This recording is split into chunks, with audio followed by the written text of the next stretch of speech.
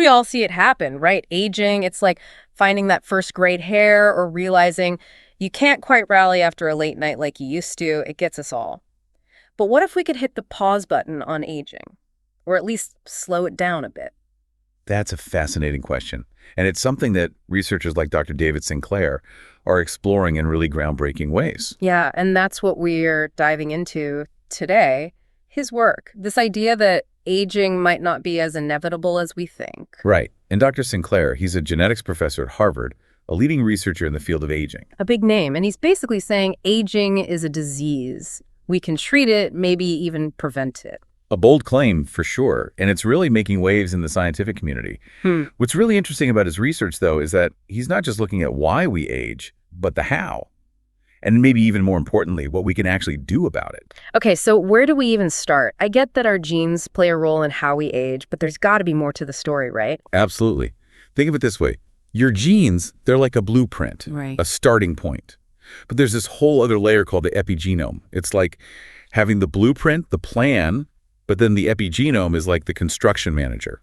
Okay, I think I'm following. So it's like my genes are the plan, but the epigenome decides which parts of the plan actually get built, when, and how. Exactly. And how well those parts are maintained over time. Your genes provide the basic instructions, but the epigenome is what's really calling the shots. So it's not just the genes themselves, but how they're being expressed, turned on or off, that determines how we age. You got it. It's like you can have all the best tools in the world, but if you don't know how to use them or if they're not accessible, it doesn't really matter. Mind blown. But how much control do we actually have over this epigenome? Like, can we really influence it? That's the exciting part. And that's really what's got people talking about Dr. Sinclair's work. His research suggests that about 80% of our longevity could be determined by our epigenome, not just our DNA. Wow, 80%. That means a lot of us might have a lot more control than we think. Exactly. So if you're thinking, well, my family history isn't exactly a fountain of youth, this is where it gets really interesting. Our genes might set the stage, but they don't necessarily determine the final act. Okay, that's seriously empowering. So instead of resigning myself to, the family curse of wrinkles or whatever, what can I actually do to influence my epigenome in a positive way? Is it all like green smoothies and meditation retreats? Or... Well, hey, those can't hurt, right? True. But Dr. Sinclair, he has a much more targeted approach. And one of the biggest players he talks about is fasting. And no, I'm not talking about just skipping breakfast because you hit snooze one too many times. Oh, tell me more, because I have tried those trendy fasting apps. Yeah. But I always just end up raiding the fridge by lunchtime, so what am I doing wrong? I think a lot of people get hung up on the what of fasting. But the real key is understanding the why. Think about it this way. Imagine your cells are like a kitchen after a big dinner party. They're constantly cleaning up, dealing with the aftermath. There's never a break. And that's kind of what constant eating does to our cells. It doesn't give them a chance to catch up and focus on those other important tasks like repair and maintenance. So fasting is like giving your cells a break. Yes, exactly. Fasting is like giving your cells a chance to, finally get around to fixing that leaky faucet or reorganizing the pantry, all that stuff that keeps things running smoothly long term, but tends to get neglected when we're constantly in go mode. So it's not just about what we eat, but when we eat. Bingo. You're getting it. I've heard people talking about this, time-restricted eating. Exactly, and that's a big part of it. Now, Dr. Sinclair, he actually skips breakfast and doesn't eat until dinner. Wow. Yeah, but he always emphasizes that's just his personal approach, what works for him. The key takeaway is those extended periods without food, they seem to trigger those longevity pathways, those repair processes we were talking about. Yeah. And there's this really fascinating study he talks about with 10,000 mice. It's crazy. So 10,000 mice. That's a lot of tiny lab coats. I know, right? But seriously, they found that when the mice ate, had a bigger impact on their lifespan than what they ate. That's huge. That's a really big deal. It makes me rethink, my entire snacking habit. I know, right? Makes you think twice. But I gotta ask, is it really as simple as, just changing our eating window? Well, it's not quite that simple. Dr. Sinclair also talks about this concept of pulsing. And that's where things get really intriguing, I think. So pulsing, is this like flashing back to the 90s with some neon lights? Okay, I love the visual, but not quite. Think of it more like interval training, but for your cells. So instead of this constant input, you're creating these peaks and valleys, periods of challenge followed by recovery. And Dr. Sinclair, He applies it to his fasting, like we talked about, but also to things like exercise and even supplements. Supplements, like that miracle molecule resveratrol that everyone's always raving about.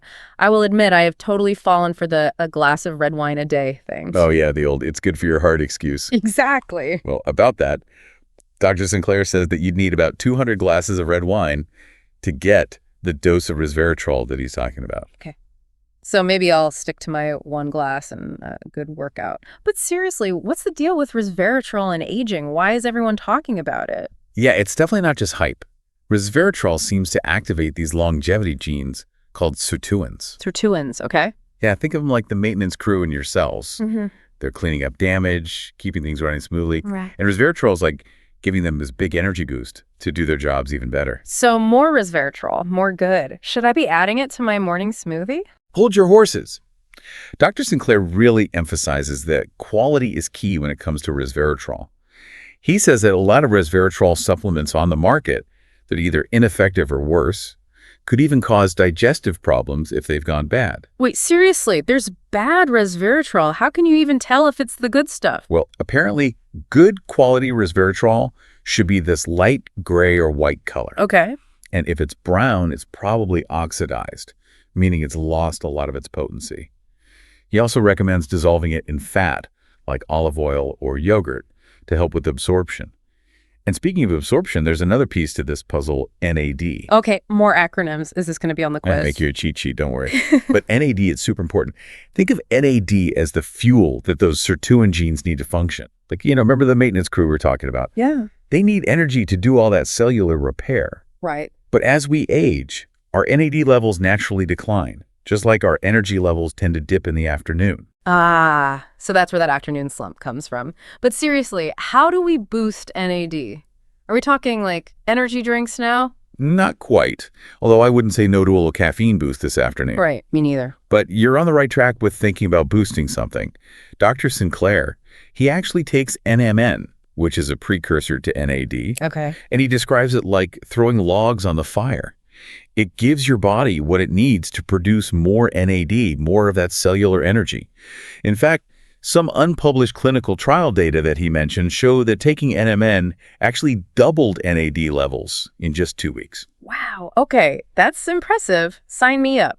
But let's be real, this isn't like a magic pill. Right, exactly. And that's a really important point to emphasize. What works for one person, or even in a small trial, it might not work for everyone. Okay. Plus, we need those more long-term studies to really understand the full effects of something like NMN. So it's definitely promising. But as always, talk to your doctor before you start adding any new supplement to your routine, especially at those doses. Solid advice. Always, always talk to your doctor first. Wow. Speaking of doctors, Dr. Sinclair also talked about something kind of surprising. He talked about iron levels. And I don't know about you, but I always thought that iron was good. Like spinach Popeye good. Right. Eat your spinach, it'll make you big and strong. Exactly. Yeah, it is important, don't get me wrong.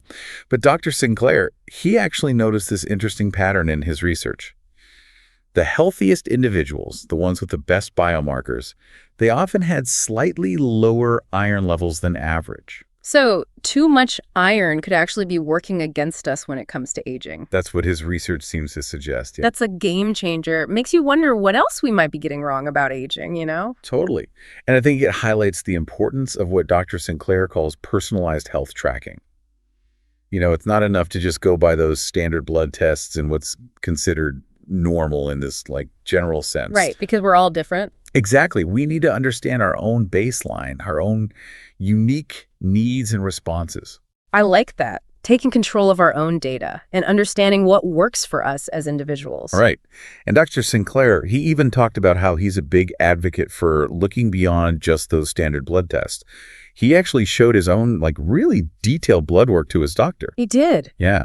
He used this company called Inside Tracker. I don't know if you've heard of it. I've heard of it, yeah. So he got this really in-depth analysis, much more than just your average checkup. Okay, so he's walking the walk. It's not every day you hear about a Harvard geneticist geeking out over their blood work results. Right. But I think it just shows that he's not just talking the talk, he's taking action based on his own data. And that's something we can all learn from. We've been talking a lot about what we put in our bodies, but what about how we move our bodies? I'm curious about exercise. Where does that fit into all of this? Yeah, good question.